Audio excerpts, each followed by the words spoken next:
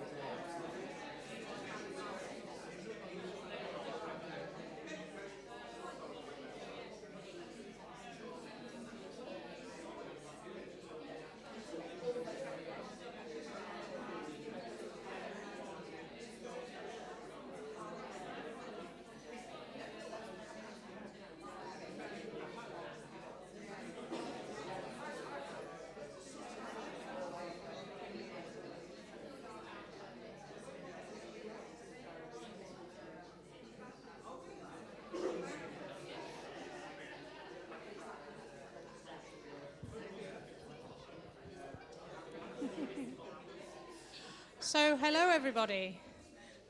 Hi there, and thank you for joining us today at Manchester Museum for this talk, which is part of our Wild exhibition programming. So hello to those of you in the room. We are also live streaming, so hi to everyone who might be watching from somewhere else on the computer screen. I'm going to run through a bit of kind of housekeeping basics, and then I shall be introducing our guest speaker for today. So I think most of you will have already found the toilet facilities, but if you need them at any point, out the door, down the slope to the left and on your right. It can get quite warm in here, so we have the windows open and the blinds down to stop the sun getting in, but there is water still available out in the atrium where you came in. If you would please remember to turn off your phones while we're sat in here. And today we aren't expecting any fire drills, so in the event that the fire alarm goes off, myself and the other members of staff will be evacuating people out to our safe place beyond the building.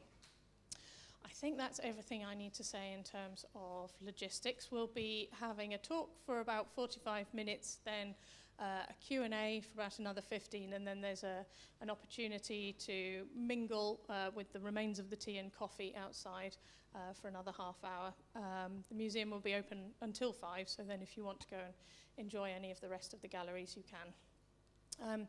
So my name is Rachel Webster, and I am the curator of botany here at Manchester Museum. And I was part of the team who developed the Wild exhibition, which is currently in our special exhibitions hall downstairs. And so thinking about it, it's a really long time ago now, but when we were starting to plan that exhibition and think about how we were going to bring new ideas about nature conservation to audiences in Manchester, it was very clear from early on that we were going to be in some way showcasing the work that's been happening through the Knepp Rewilding project at the Knepp Castle Estate. And so we were very lucky to be able to go and to have a visit there.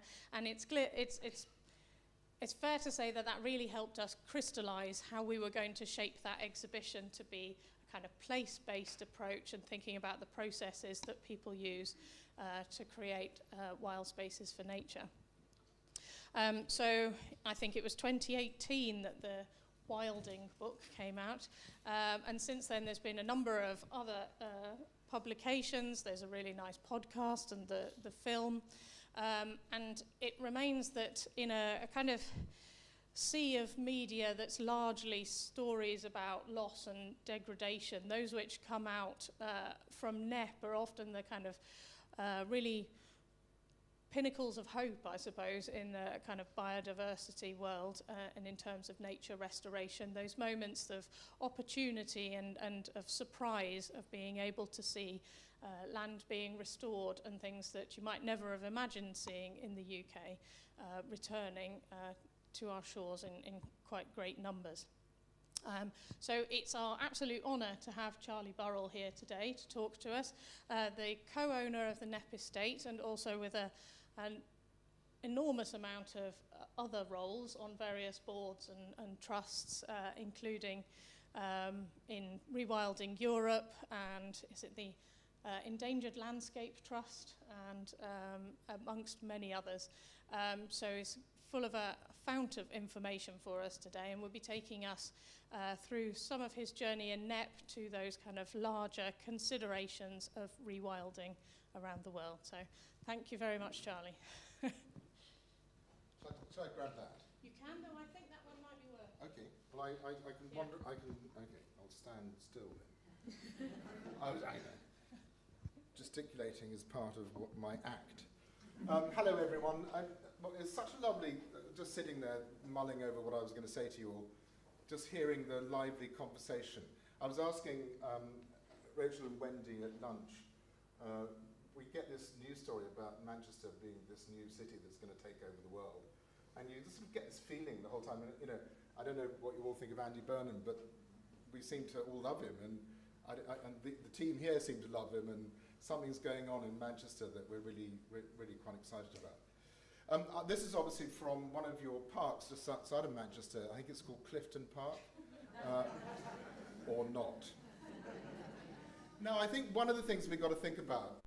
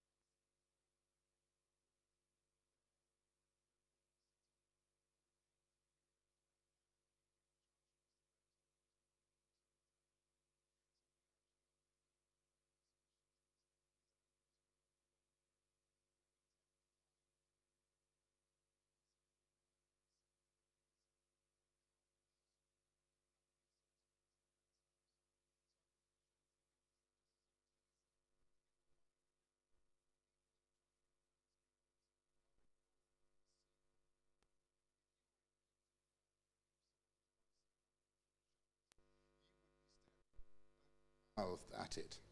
It would become normal, and normalization happens over years, but you would be gobsmacked. And that's my point for this video. What I'm going to do is I'm going to talk a little bit about Knepp. I'm going to expand it to thinking in Sussex. Then I'm going to expand it to England. And then I'm going to expand it to Europe. And then I'm going to obviously open it up to the rest of the world.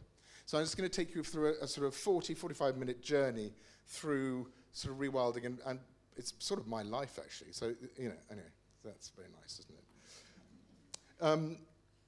Knepp is a 1,400-hectare estate in West Sussex. It is been part of my family for about 500 years, in that we've been in that area about 500 years. We actually bought this property only 120 years ago. We built a castle in the middle of it, our family, and we built a second castle. They like building castles, my family. I don't know why. Anyway, about a mile away over here, there's another castle.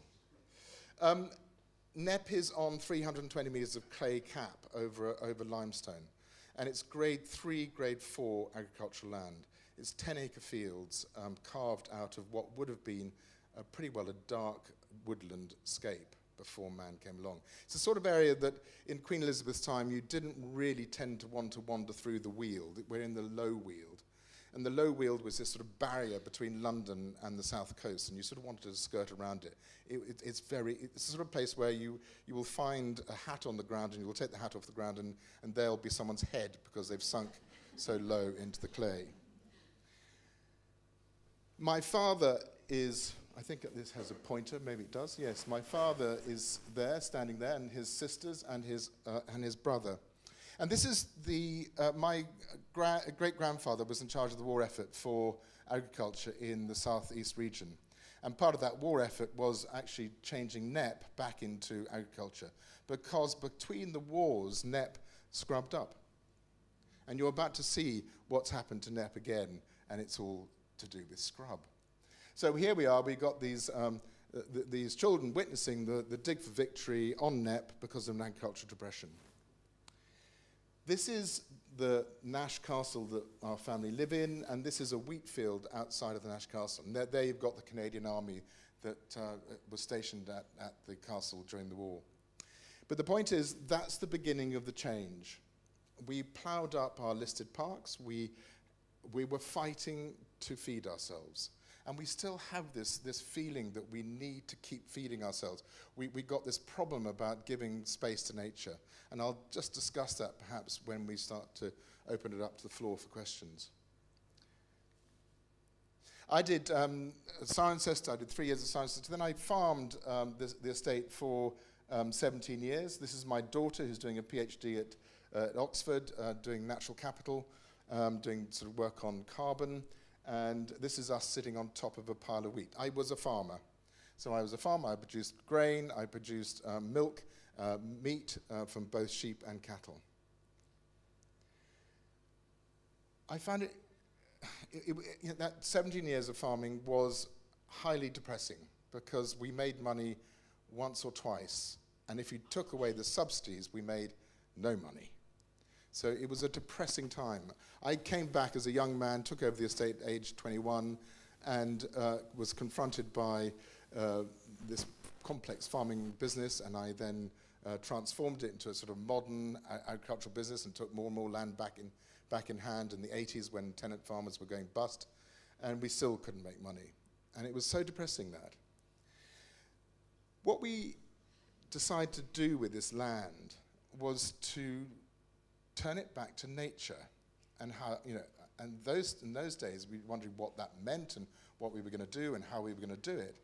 But one of the ideas that came through from Europe, from Franz Vera, this ecologist in Europe, he wrote this book called Grazing Ecology and Forest History, and this book was transformative for me because it was talking about what I was used to. My father had moved to Africa. He was farming in Africa, then he moved to Australia, was farming in Australia, and that's where I grew up, in these big landscapes with lots of wild animals. Came back to Europe, and everyone was talking about a different ecology that I didn't understand.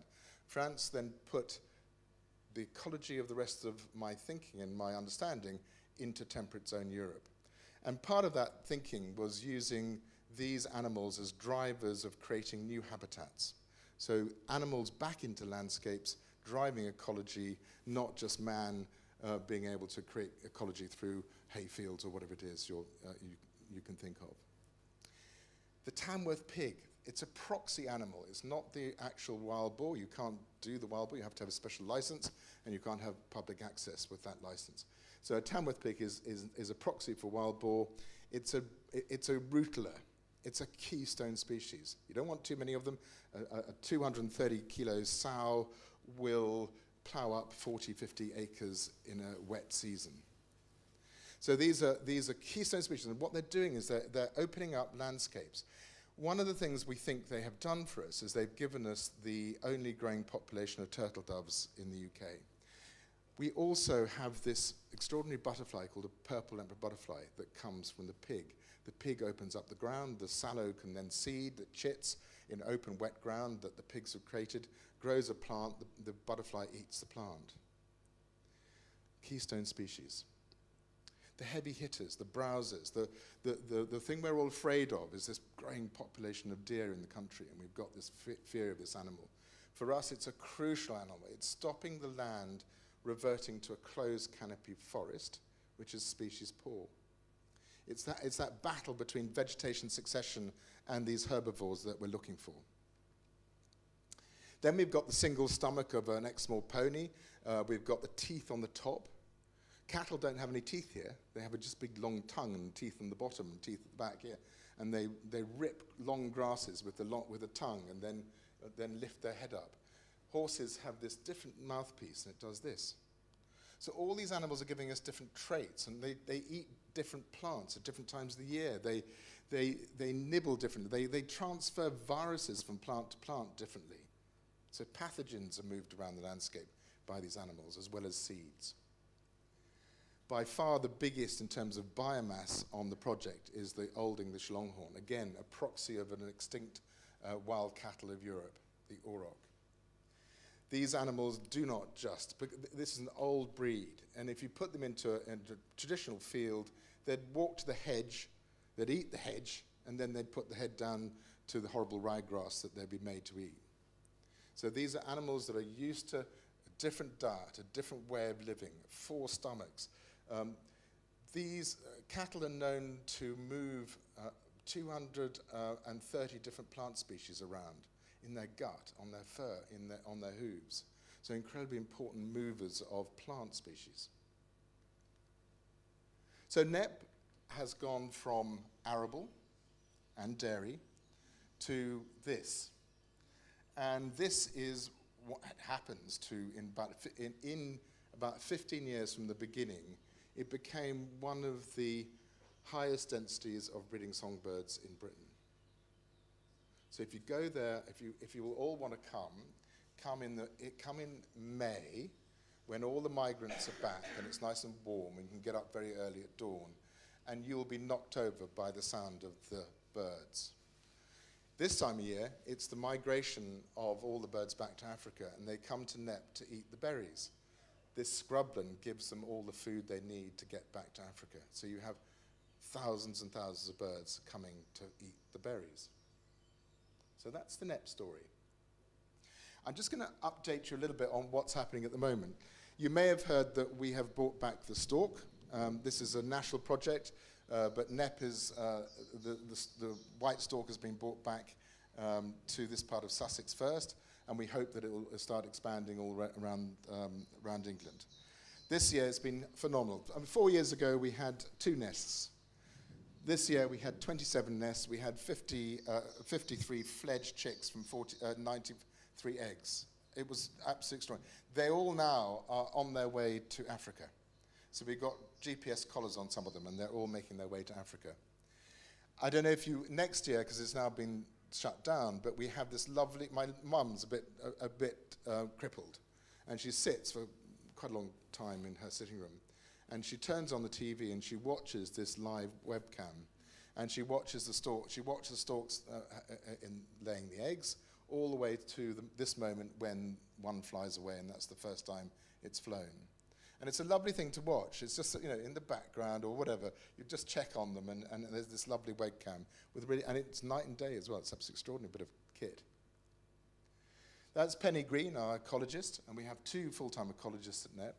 And this is her blog on looking at the beaver. We have beavers at Knepp, and so we've got these little critters building. And this is the first kit that was born this year that showed itself. So she's grooming a little tiny beaver kit, down at the bottom there. That may be a bit loud. That's a nightingale. Nightingales are shrinking away to the southeast of England. And it's going to be one of those species that will disappear quite soon. Like the turtle dove, it's going to be gone. And Knepp is bucking the trend. It literally is going up and up and up and up. You have a bit of a sawtooth graph, but last year we had about 70 singing males, and I think this year we'll probably have about 100. We haven't finished the survey. But if you want to hear nightingales, if you haven't heard nightingales, come and listen to them, because they are absolutely extraordinary. Obviously, they sing both at night and day. You probably didn't know that. Not obviously. They do sing night and day. Turtle doves. We have 18, 20, 25 turtle doves. This is another species that will be gone from Britain in the next decade. So the French and the Spanish have just banned hunting the turtle dove, and that has had an instant increase of 25% in 2 years from the ban. So we've got hope, but we think that it's going to be gone from Britain quite soon. Again, Knepp is bucking the trend, and its population keeps on climbing. Purple emperor butterflies, that's another thing we're well known for. We have a lot of sallow scrub, so goat willow, white willow, and grey willow. They hybridize, and they give us the right conditions for this butterfly. This year, it was a reasonable year. I think it'll be sort of up here. This is a transect, so you're counting butterflies in a box around you as you walk through a landscape. Monitoring and money. We do a lot of work with universities. A lot of universities are interested, and government funding them, interested in what we can do for both carbon and biodiversity at the same time. So we do a lot of work with universities looking at both those 2 things, the biodiversity side of things and the carbon side of things. And this is my daughter's PhD at Oxford. So she's got a project which is pulling up 300 trees, and she's then calculating the amount of carbon underground and above ground, both browsed and unbrowsed vegetation. And so that will be published next year, and there's some really very interesting figures there, really very positive figures. There are 4 times as much carbon as being sequestered by these systems as we thought. This is another a publication that just came out. It's a NERF-funded, government-funded project looking at the carbon in the soils around the scrubland. So looking at what's happened to the soils with grazing and browsing animals, pumping carbon into the actual soils themselves. And Annie Leeson, who runs AgriCarbon, who did all the work, 1,100 core samples down to a metre deep with 4 different stratified samples taken from that core.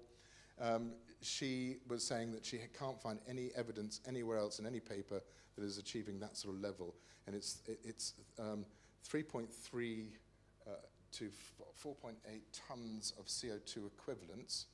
That converts them into units of value for the carbon market per hectare per year. So the rate of sequestration in these soils is phenomenal. And then you add what the little bit of work we've done with the universities is you can get up to about 5.2 tonnes when you count for just the above ground growth of the scrub. And remembering that that gives you biodiversity, an uplift in biodiversity, maybe by 500%. So you can achieve carbon and biodiversity in the same breath, and that's what we're all chasing. That's what we want to be able to achieve. Money. I always put money in because everyone else, well, you know, he's a rich kid and, you know, he's got a castle and you know, where's the money coming from? And that's our business. So we've gone from 23 people to about 90 full-time equivalents from traditional farming systems to what we're doing now. So employment rockets. The money comes in these forms. So you've got your have I got environmental stewardship first or no? I haven't. So the first bucket is the environmental stewardship. So we get $250,000 a year from government on environmental subsidies. We then get a diminishing amount of money, which I don't know if many of you know what's happened in Europe for the last 30, 40 years, is landowners and farmers were getting just a set amount of money almost, certainly for the last 10 years, a set amount of money if you just owned a hectare of land. And that, after Brexit, has been changed, and so it's a diminishing amount. And so this payment is going to be gone by 2027 altogether. And that's sending huge shock waves through the agricultural industry and the agricultural world. We've converted a lot of farm buildings. This is looking at a partial budget at the farm itself, so the land that was being used for farming. So the estate is different from that, as it were. So we've converted a lot of buildings into alternative uses, and that brings in about $250,000, $750,000 for revenue. And that's employing about 200 people locally. We've then got some houses that have been released. The farm manager, we don't have one anymore. We don't have dairymen. We don't have key personnel that live and work on the estate. So we've actually taken back cottages and we can rent them out. We then convert 75 tonnes live weight of meat coming off the property with 3 butchers and 3 packers and a manager into revenue. So it used to be worth about £120,000 a year wholesale, and now it's about $500,000. Actually, it's probably more like 600,000 this year. And then we've got the camping, glamping, and tourism business, and that's huge. It's got a bit of a monster, actually. So that's taking people out in small groups with an ecologist. That is putting up your tent in a field. That's staying in a tree house. That's the sort of business, as well as a cafe, restaurant, and shop. And that's a major new part of our business, our farming, as it were, farming business. Just to give you some sort of idea of what that looks like compared to other things. So if you look at, this is Savills 2020, so you're looking at the 2020 gross margin figures. Gross margin, farmers use gross margins the whole time, so it's before overheads, and they change so much between businesses. So a grade 2 arable farm, £666 gross margin per hectare, and then we were that year 1,173. So we're twice as profitable now as a grade 2 arable farm when we're a grade 3, grade 4 bit of land. Okay, the bigger picture. Sussex. One of the things that we started a few years ago was a foundation, and it's called the Rewilding Foundation, Knepp Wilding Foundation. And one of the projects that Knepp Wilding Foundation is doing is this thing called the Wheel to Waves. And it's about this reconnecting landscapes. It's about pulling together as a community of landholders, and I mean all the way down to a garden, to pulling together to think about how we can help ourselves with making space for nature. But also, we're also helping this other wonderful project, which is the Sussex Bay project. So we've taken dredging and trawling away from the coastline, driven by the local fishermen, by 4 kilometres. But coastal waters are hugely affected by what happens on terrestrial land. So we've got to do something about the terrestrial land. We have a website, and we have 3 or 4 people now employed, actually 4 people, I think, and they are helping landowners and gardeners and everyone else come together and think about what we're all collectively going to do to change things around, to make this work better. And we've got, what's exciting, we have things like Lloyd's Bank are now supporting it. And once we start to get money flowing into these corridors, then things really do take off, because it gives alternatives to single farm payment and what's been happening in the past. It gives farmers and landowners another way forward if we can find funding for whatever projects we can come up with. And what's so extraordinary is the ambition of the landowners and gardeners is huge, much more than I ever hoped for. So there is real ambition. This is my wife, my wonderful wife. She poured 400 tons of crushed concrete and brick rubble and mixed it with sharp sand, and then chucked it on top of my beautiful manicured croquet lawn in the wall garden. And this disastrous scene where you've got people enjoying flowers and all that nonsense. I mean, anyway, it is absolutely extraordinary what they've done. But this is Tom Stuart Smith and James Hitchmow, 2 very famous landscape architects, coming together and thinking up how we can change our perception of, really was actually looking at inner city quite interesting way, because it was brick rubble and concrete rubble, and how you can transform that into a xeric garden without the need for water and so on. Expanding a little bit now into England. One of the things that I've been involved in as a founder is setting up a company called Nattergal, and that's really looking at, there's a 6.1 billion funding gap between government and philanthropy to halt the loss in biodiversity in England. So we're just looking at England. This company actually will be expanding into America and into Europe, but at the moment we're just looking at England, and we've raised about 40 million to buy some properties. And our third property we've just bought from the church down here. It's just there's London, and this is Epping Forest. So it's, you look over Epping Forest, you actually look across the landscape to the Shard and the city of London. There it all is, laid out before you. And the church, I looked up in my library, I got this thing called a map by Saxton. And there was Harold's Park. So it was King Harold who gave it to the church. When is King Harold? It's say 10, well, it's before 1066, isn't it? So 1050 or whatever, gave it to the church. And we've just bought it to Rewild. This is a different property, but I'll just give you sort of some idea of what Nattergal is doing. We've just bought this 1,600 acres up in Lincolnshire. It was 100 fields in 1900. All little grass fields with little ponds in each field, with a hedge around each field. And it's now been turned into a prairie, and it's about, I think it's 30 fields now. And so we're going to do a sort of a Knepp model on it. There's a wonderful bit of woodland in the middle. It's been left pretty intact. It hasn't been planted up too much with Sitka spruce, but a little bit of that.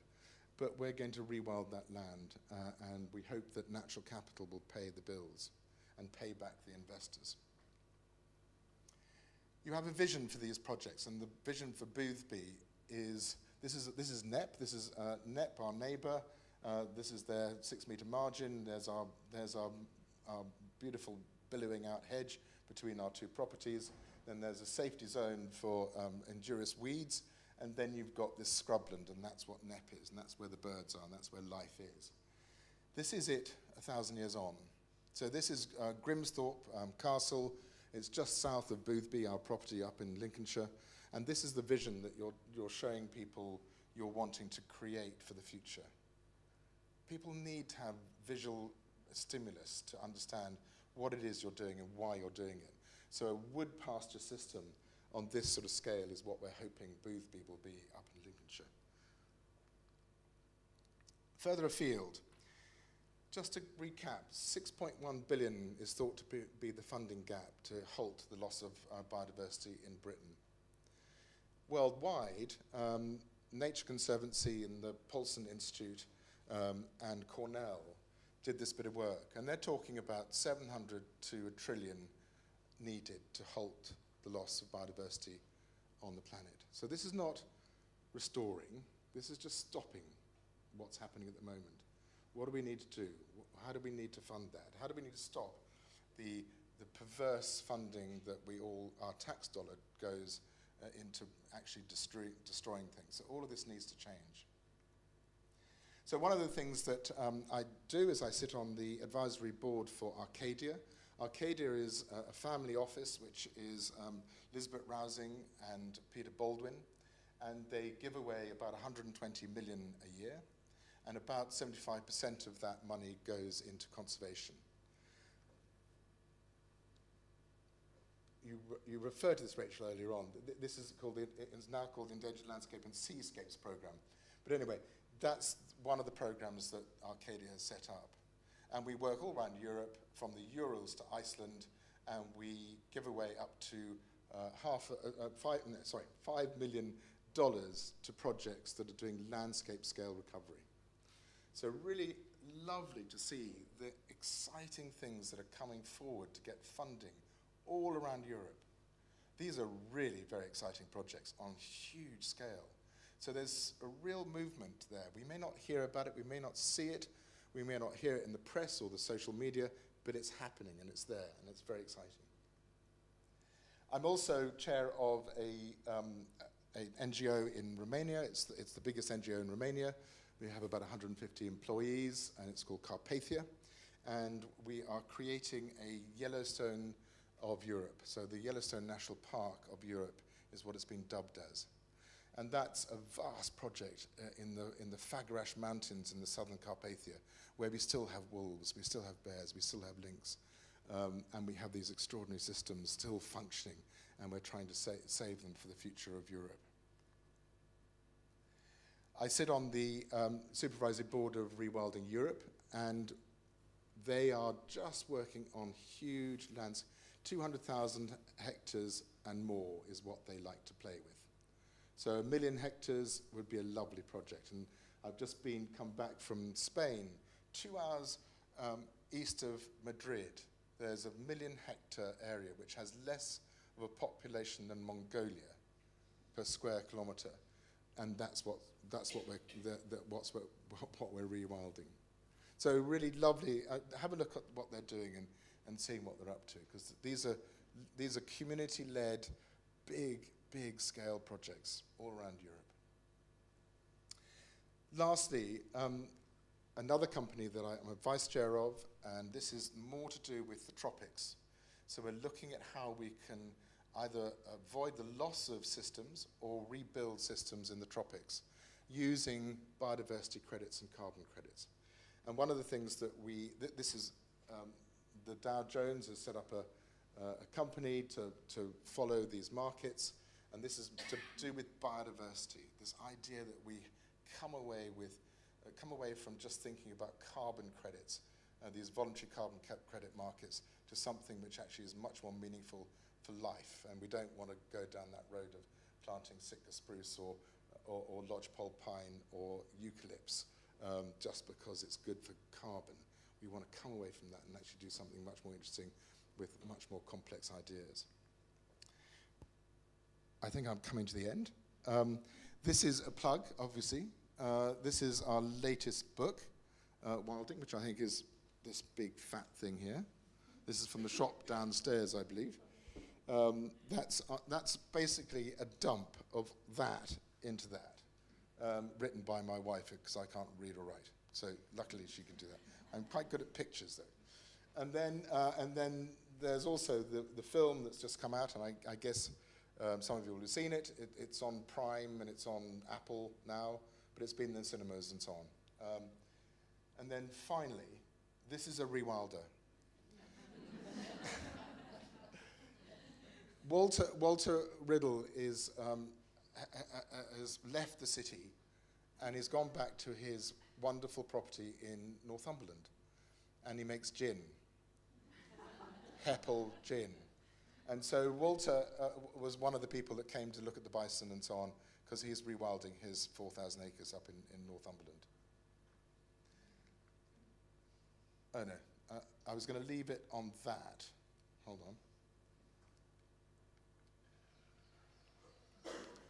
I can turn the volume down, because we're now going to answer questions, I think.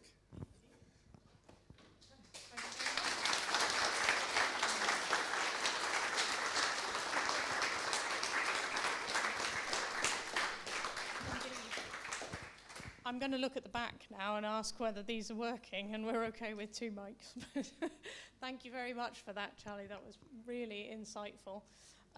And I had to have a moment where I had to take a picture of the screen and send it to the rest of the wild team, because our taxidermy bison has its tongue out, and I've never seen a picture like that before. So I was absolutely delighted that that was up there in the middle of your talk. I mean, I have loads of questions, but does the floor need time to think about it and I get in there with mine, or is there someone with a burning wish to ask something now? First of all, thank you so much. That was so interesting and exciting news about rewilding generally. I think the question goes back to what you began this talk with when you were talking about farming generally. And my question is, how would this project help the farmer? Because it's such a good way to put it. He's having a hard time of it, I think. Yeah. So I think I'm going to start with going back to a basic principle. And it's important to understand this one, because the kickback from farmers against nature is a weird one to me. And you couched your question completely perfectly. All of this has to fit like a glove, hand in glove. Nature and farming has to work together. And it actually does work together. And we can see that happening in farms all around the planet when they do embrace nature with their farming systems. Where it doesn't work is the scorch and burn. You know, you don't have any space for nature within your farming system, and then it becomes a real problem. But the one principle I guess we need to get our heads around is farming systems that have already done that transition to really good nature and farming is really brilliant. And you can come up with ecologies that are really good for farmed landscapes with nature. So that's great. But that isn't the whole picture, is it? That's a farmed ecology. So what's the other bit of the story? And that's the much more complex bit. And that's space that is for nature, not farming in nature, not people in nature, not anything in nature. It's nature.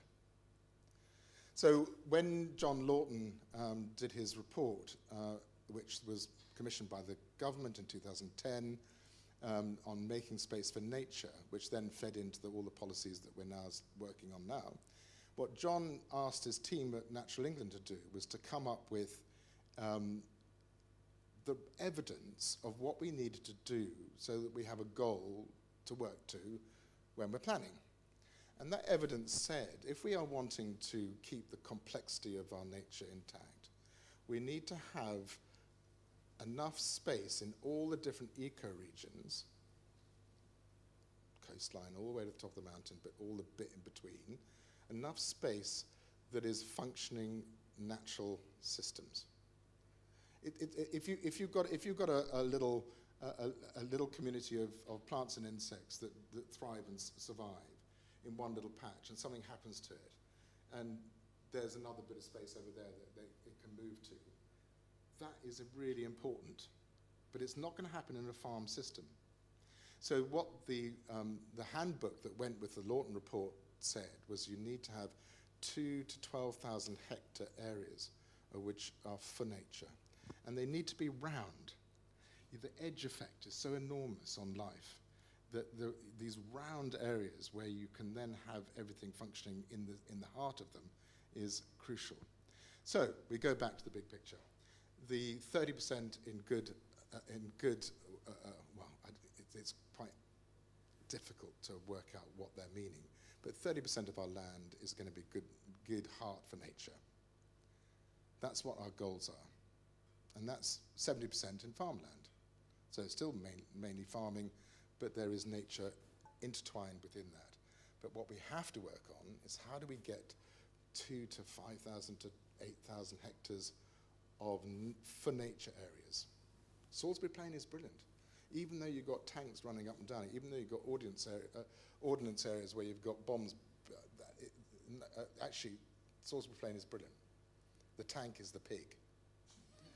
So that's the principles where we're walking. That's the 25-year environment plan. That's the driving force, and it gets lost, doesn't it? It doesn't get talked about. Who's thinking of 2 to 5,000 hectares just for nature? I don't hear it anywhere. But that's embedded in the thinking of how we're going to save and rebuild our nature in this country. Thank you. As you said that thing about roundness, the map of Harold's forest popped into my mind. It must have been perfect. Right. I think there was someone here first, and then I'll come over to that. Thank you. Hi. I think everything you've described is fantastic, and there's obviously lots of advantages, but my question was kind of similar to the previous person. But based on what you've already said, I guess what I'm thinking is kind of what can farmers do simplistically that would help the environment and help biodiversity, but also be economically viable for them? I'm just curious to, because you said it was an absolute loss-making disaster without subsidies, farming. So I'm just curious what can be done for them in simple terms. Well, a lot of farmers are already adopting this. I mean, you know, the new payments, environmental stewardship payments, or ELMs, that is quite hefty money now. So actually giving up space to nature within your farming system hasn't ever been as easy. So there is big payments. So for rewilding, if you wanted to do that on poor agricultural land, for instance, then you are going to get 600, 650 pounds a hectare, which is, you know, that's a significant amount of money. Now, the problem is you've got finite time. So you've got 10-year agreements or 5-year agreements. So what happens at the end of the 5 years, after the 10 years? You've made the changes, then what? So that's always the problem, the long-term, how does the funding come in long-term? And so you've got to weigh that up with the risks of doing something short-term now to the long-term benefits and so on. So that's the problem always. When you, going up in the train today, you're seeing farm after farm after farm with no margins around hedges, with nothing visible that they're doing. Whereas some of the farms I walk around and go and have a look at are doing so much. I mean, you know, there's a farm next door to us which is on the downs. It's divided up its 100-acre fields into 30-acre fields.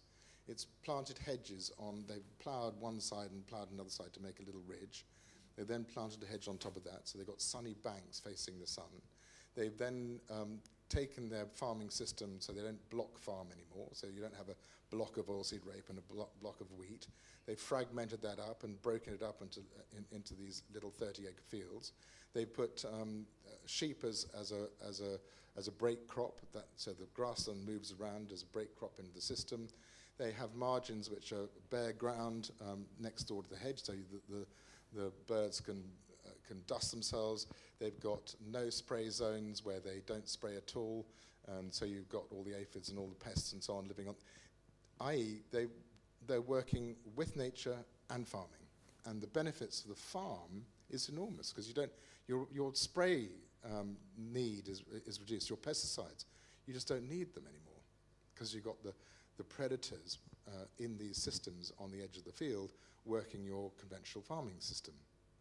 So we know it works. We know that there's a 10-year study by RSPB on margins on a 1,000-hectare area, and there was a 10% reduction in calories for the 1,000 hectares. But the uplift and the profitability and everything else was so much better. So I think we can get to a point when, you know, we know that integrating nature in our farmed landscape will work, and we feel comfortable with it, and it's something that you just got to do, morally got to do, more than anything really. Right, I think I was moving over here, and we have two questions, one after another. I don't mind who goes first, but then if you can pass it between you. My question is to do with the city, which you luckily mentioned gardens, so that came up, but we've got parks in Manchester, and we have we have something called biodiversity. We have great difficulty even getting no-mow-may in many of our parks. We also have difficulty of getting things like hedges, because they hide people who are going to jump out and get you. We have a lot of funny things. We even have people who don't like long grass because the dog gets, I don't know, caught by the nettles or something. And you have a lot of people who don't understand it at all. We do have people who try to influence. And I was just wondering, I know when you started, you had a lot of people around you who didn't like what you were doing. I wonder what sort of idea, do you think I'll live to see Birchfields Park and Platfields Park, you know, with long grass and perhaps bison?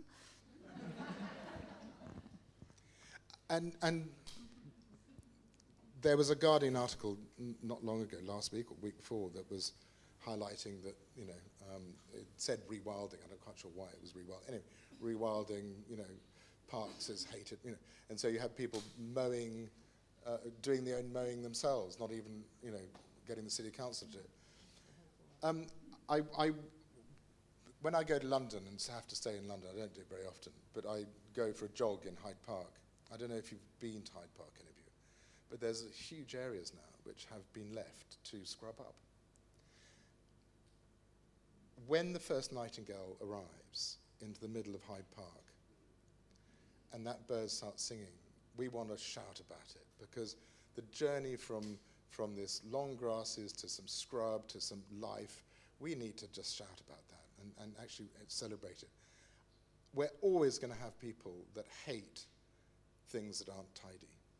And it took me forever. You know, I'd say, oh, no, that sucker's coming up, but that, you know, there's a big aspen and there's a whole load of suckers coming up on the edge of the drive. Oh, I need to cut them down. It looks all sort of, you know, that feeling of control and need to just control this stuff. And obviously you can alleviate that feeling a lot by making sort of a purpose, you know, you mow around the edge of something that's long, so it looks like it's still being looked after and thought about. But I don't know what to say. I mean, we need this mindset. I guess it's, you know, the combustion engine is at fault, because, you know, if we had to pay a whole lot of people with shears to cut the lawns, we wouldn't have the problem, would we? Because we just couldn't afford it. I don't know if you ever, I mean, I'm sort of being very sort of south-centric here, but if you go to Epping Forest, about 6 years ago, Jeremy Dagley and the team for the City of London brought cattle back into Epping, and they put these cattle collars on them. I don't know if you've seen them, but they're no-fence collars. You don't need a fence for them. They beep as the cow moves towards an invisible fence, and if it gets too close to that invisible fence, it gets electric shock, and it turns away. And they've now brought these cattle back into these parks, all the way into the City of London.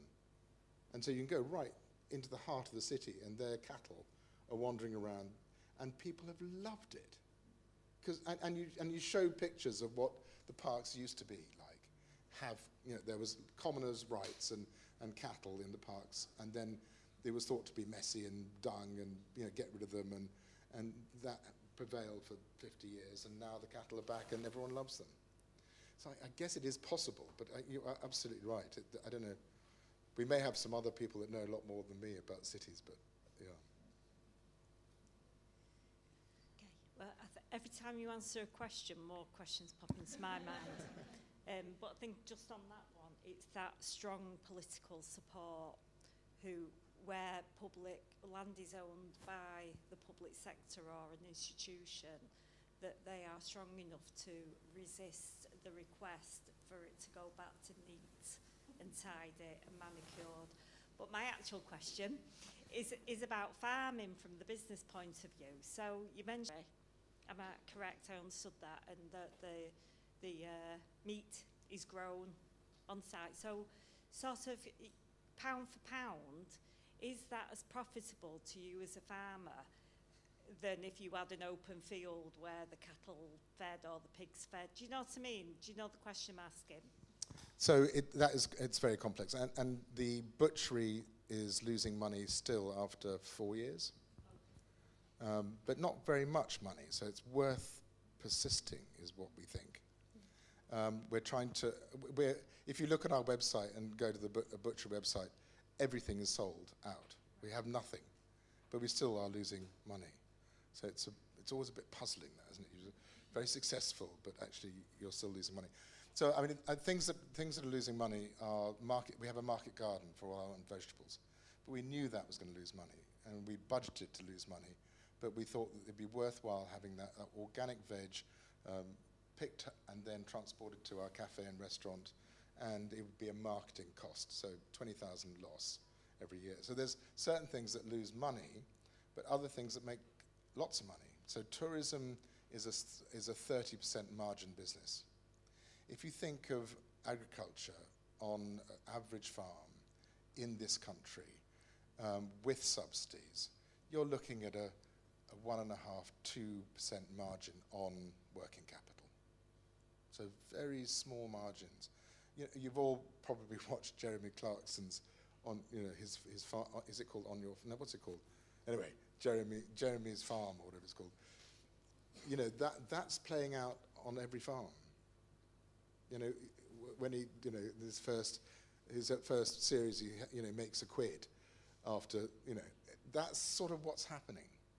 And I suppose the other frightening thing to think about is in terms of our vegetables. I've just come back from Senegal looking at the new hotspot for where farming is moving to, because Spain is losing all its water. So Senegal is now being opened up in the Sahel to vegetable growing. And so some of our biggest farmers are now out there farming for vegetables for the UK market. And what we have in the UK or in England is 40% of all our mid-size market gardens, 40% are thought to go bust this year. 40% of them. So the system for food is that we grow, these farming companies, they'll start growing in Spain and they'll finish the harvest season in Portugal and Northumberland. And then they'll start again the next year. That's where our food comes from. There's very big companies that are doing really fantastic work, and they're bloody good at it. And their inputs are small. They've got scientific teams looking at the whole thing. They're really cutting their pesticide use. They're sharp and they're not bad at this, but that's the system. We cannot pick our tomatoes from our own greenhouse and walk them to our restaurant and make money. Someone else can do it cheaper elsewhere. And it'll be Spain, it'll be Senegal, it'll be Argentina, it will be Peru, it'll be other places around the planet that will do it cheaper. So the race to the bottom, that's what's happening in the food. So when we all have this lovely idea that we can revive England's lovely market gardens and we can grow pulses and we could do all that, but the whole system would have to change. We would have to spend more money on food, politically, socially. How do we do that? So it's complex, the food, really. I think if you're going to read anything and you haven't read Henry Dimbleby's book, Ravenous, I would read that. He was asked by the government to do it, and the government the Conservative government ignored everything from Henry's report, probably too much turmoil.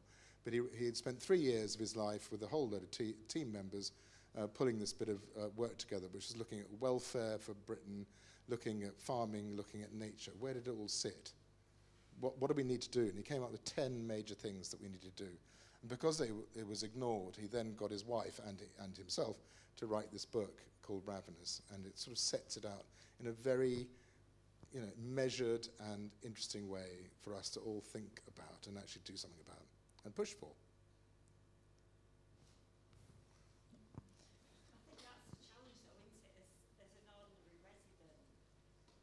How do we use our buying power at an affordable price? Because it's very, it's very elitist, isn't it? Going along to a farm shop, you're paying a premium.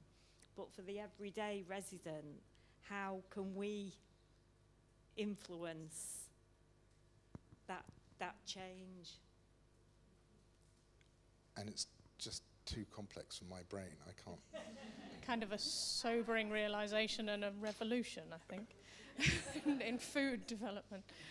Did you have a question here? You might touch on this slightly in the previous answer around the finances of it, but where you mentioned the other landowners, the groups in Europe doing the other projects, is that purely reliant on people sort of and groups doing it for its own sake and the outcomes they get from it, or is there a bit of business case that you can say there's a financial case for it essentially, or does it rely on the sort of non-profit side? These are all people that are doing it for the sort of things they're thinking about is de-risking their businesses. So Wild Ken Hill, for instance, up in Norfolk, its rewilding project is only a proportion of the estate. Say it's 1,000 acres, and they've got 4,000 acres, so they're continuing to farm on the other land. But the land that they've chosen to rewild runs down to the washes, and it sits very wet and heavy. They don't make any margin out of it. It isn't suitable to farm. So let's de-risk the farm by actually going down a different route, which is tourism and all the things we've done, biodiversity credits, carbon credits, if they can get them, BNG, biodiversity net gain, that sort of thing, that thinking. Let's do that and see if that bit of land can do that, and we can get that back into nature. And then the other bit will concentrate on our regenerative agricultural business. So it's that sort of thinking. That's all, and I so hate it when you get landowners who are thinking it's just a lovely thing to do, and because that doesn't work. You have to make it work for the long term, and that means it's got to make money. Because if you don't make money, you can set up a charity and endow the charity, or you give it to the Wildlife Trust and endow them. But if you're going to keep it in your own ownership, you may have the money, but you might be spending it wrongly, and your next generation haven't got any money, and then it's all tits up. Or, it's whatever. But you know what I mean? So I think all these I really only want to work with people that have got their head screwed on about how are they going to make it work? Is it practical? Is this the right thing to do in the right landscape with the right sort of soils, with the right, all of that needs to be right. Thank you. I see more hands. We have almost reached 3 o'clock, but I think if we do these two, and then we can move on for a bit more networking. Thank you for a really, really inspiring last hour. Do we have the right national policy framework to incentivise these sorts of projects at scale? And if not, what sort of activities are you engaged in to help bring about that policy framework? I'm going to the Labour conference on Monday, and what I'll be saying alongside a lot of us is the framework's there, the ideas are there. We need to embed them, we need to believe in them, we need to support them, we need to stop flip-flopping around, we need to give some stability to the whole of this sector. And yes, there'll be changes, but let's make the changes for better rather than oh well, I don't like the idea of that, and we'll just shadow that and So I think, yes, we have got the right, So I was, hundreds of us spent millions of hours putting the policies together for the 25-year environment plan. Hundreds and hundreds of us, millions of hours. It's there, it was washed down, it was played around with, but the essence is there, so I think we can use it. We haven't. We got new minister,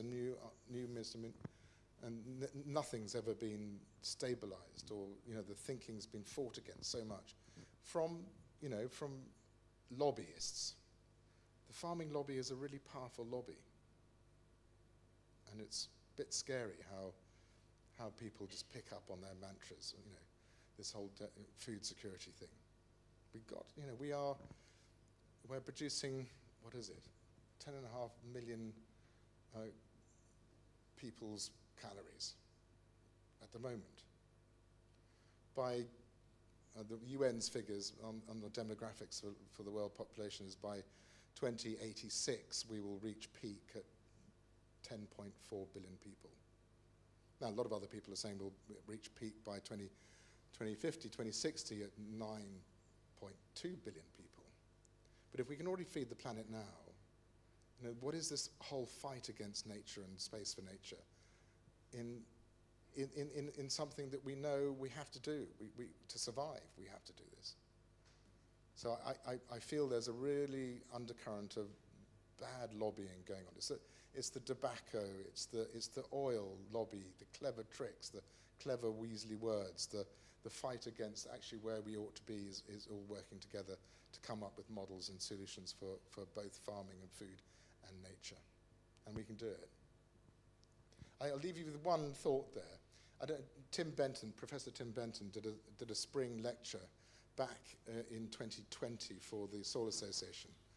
And he was talking about, was it 2020? Anyway, when the Ukraine-Russian war kicked off, and the Russians had embargoed grain coming out of Ukraine and Russia to anyone that they didn't like the look of. Tim was saying that if EU members reduce their meat consumption by 15%, one meal a week, that was equivalent to all the grain exported from Ukraine and Russia. So the other bit of the picture is we need to think about what we're eating and how we're eating it. I've just been around Spain on this extraordinary journey, and I think we didn't find a single vegetable in 9 days. So I don't know what the Spanish are going to do, but that is, the Amazon is burning from cattle ranching. 75% of all the burn in the Amazon is to do with meat. We do have to think about this, and so the meat consumption side is really very important to think about. I don't know if I was answering any questions there at all, but anyway. Right, so I think the final question was over here, wasn't it? Hi, thank you for the very informative talk. First time here. Obviously, we've talked a lot about the macro approach to rewilding, like the big tracts of land. But I live in a city, my boyfriend and I live in a flat with basically window space for plants and maybe some spots on the balcony. My parents live in the suburbs with a little garden, and my dad obviously calls himself a farmer because my mum grows a few veg, obviously, in the pots. But I was just wondering if all of the organisations that you work with, do any of them have any approaches or any ideas about micro approaches to rewilding? Because I know my family, as little as the effort is, they do plant sort of nature-friendly flowers that attract the bees as well and little things like that. But if you had any advice, that'd be great. Thanks. I think that's a nice point to I can end. then I can plug this book in because there's a whole... Thank you. Also available in the museum There's a whole shop. chapter on it. There was a lovely in lockdown. There was this extraordinary cameraman. He's a BBC cameraman. He lives down in Bristol, and he did this. He had a little back garden. It can't have been more than 4 rows of seeds, and he found 53 species of bee in it. And what he was doing is he was, just spending his time lying on his long grasses and his little flowers that are coming up. And he was, filming the bees. And then he just kept on finding more and more.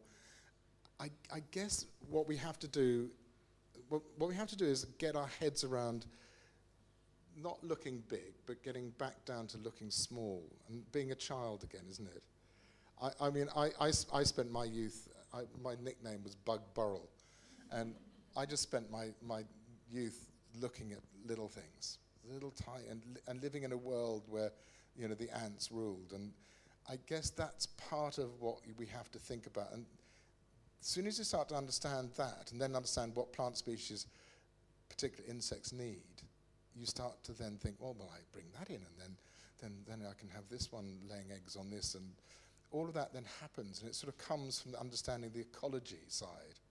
And then to actually manage it, you then have to manage these things in the form of a, you know, what would a bison do? What would a beaver do? What would a pig be rootling around? How do you?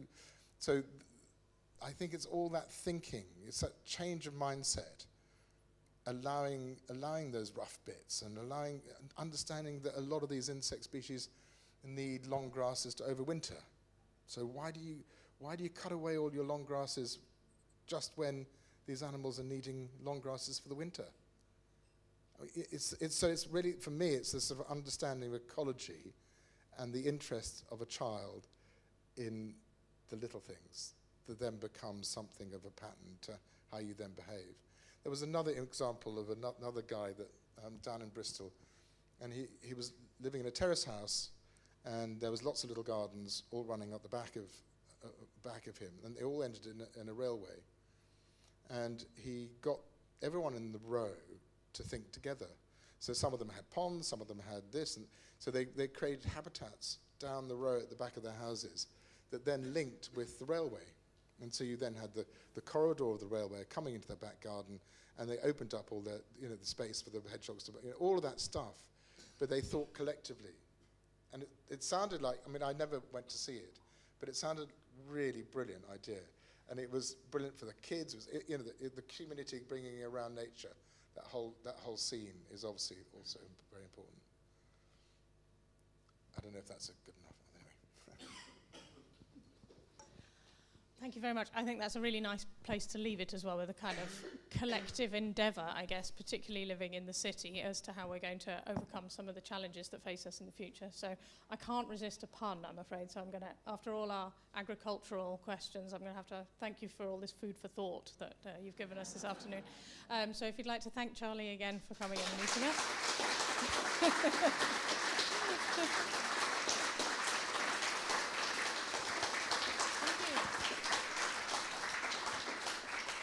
And so hopefully there will still be some drinks out in the foyer. We can go and continue our conversations out there. Thank you all so much for coming. If you enjoyed it, it's Wild Researchers Night on Wednesday. You can come along and meet some of our scientists too. Thank you.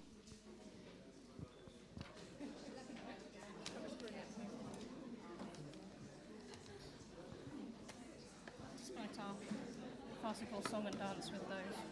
What? Our farcical song and dance with those.